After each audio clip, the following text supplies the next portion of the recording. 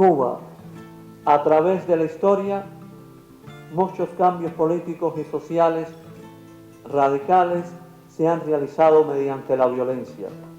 Nosotros no renegamos del amor, de la sangre, de la generosidad y del trabajo que a través de la historia nos legaron muchos hombres y mujeres que se entregaron por amor a su patria, pero estamos en un nuevo momento.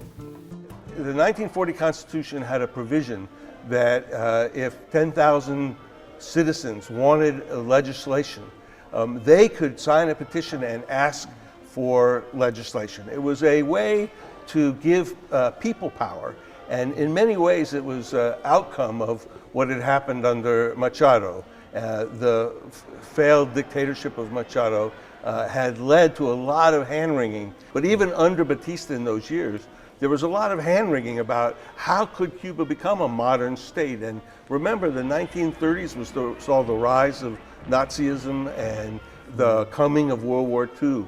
And the 1940 Constitution was actually a great democratic moment in Cuba's history. And not only were people who were interested in democracy working on it, even Batista himself saw the need to create a more regular democratic system. And that constitution wouldn't have happened except for the fact that Batista wanted to take off his uniform and run for and be a civilian president, which he did. And he was one part of the two blocks that worked on that constitution. But that provision was in the 1940 Constitution, and it was also still in the Constitution. At the time of the revolution, there was a decision by the leaders of Castro's revolution to change things, and they produced a fundamental law in 1959.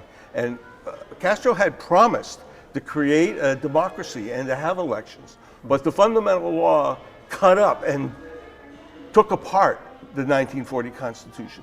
However, it kept some pieces of it, including that provision. And then in 1976, there was another revision of the Constitution. This produced the so-called Socialist Constitution of 1976.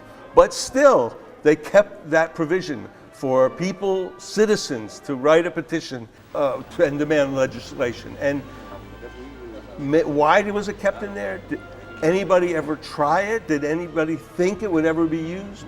El proyecto Varela es un proyecto de ley que consiste en la convocatoria de un referendo. No representa 5 proyectos de ley, sino un proyecto de referendo sobre 5 puntos, que pide que la ley se transforme para que se garanticen derechos que ahora están enunciados en la Constitución y no se cumplen. I think what's really significant about Oswaldo Paya is that he not only recognized that those words were written in the Constitution, but he acted on them. He actually made it happen.